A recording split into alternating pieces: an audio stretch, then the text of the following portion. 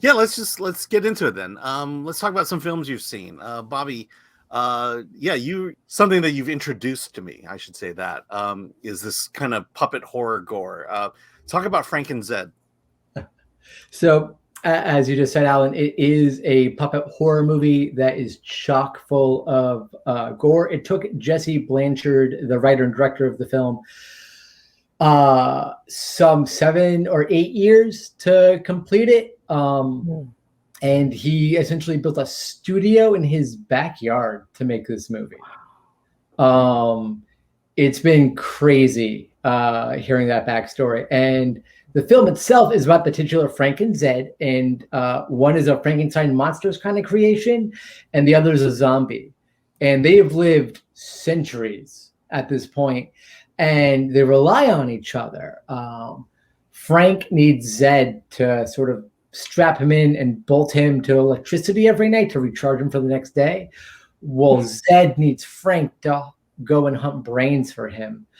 And this balance they have found is thrown out of whack when a murder in the woods occurs and the village people nearby blame these monsters. There's a little bit of dramatic irony at play because the audience knows that they didn't do it, and you're looking out for the real reasons behind the murders, and you're hoping Frank Zed can kind of get out unscathed, so to speak. So, being that it's a puppet movie, does it lean more toward the sweet end of things, or is it going, because it's all practical, is it really going for the gore and the horror? I would say it's not. There's a sweet element to it. Frank and Zed's relationship is jaw-droppingly believable and resonant, and you definitely feel it for both of these characters. But the movie's not really sweet in any real way beyond that. It has an emotional core that's absolutely beautiful, but I hesitate to call it sweet. There's some comedy to be found, but I would definitely say it leans more into full-on horror, especially the last 30 minutes, maybe it's the last 20. It's a giant fight sequence between the villagers and Frank and Zed, and it's insane. Oh, I need to see this. So it's very far from the Muppets, basically. Very, very far from the Muppets. It's much close to Meet the Feebles, which we'll be covering not too far from here, or Meet the Feebles. Yeah, kind of Meet the Feebles, a little bit, really. But I would say this is more in line of like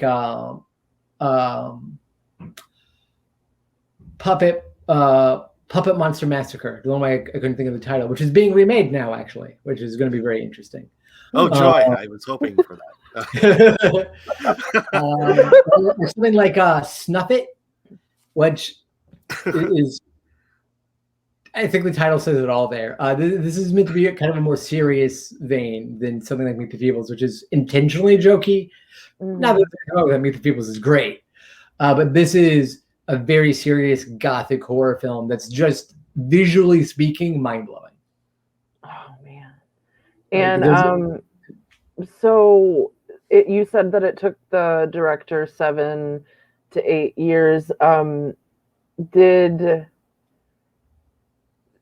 you see, like, how can you see the effort of the animation? Like, are the practical effects like really, really awesome? Yes. So that time was spent making the film, and it's all there on screen. There are some really crazy, ambitious shots throughout the film.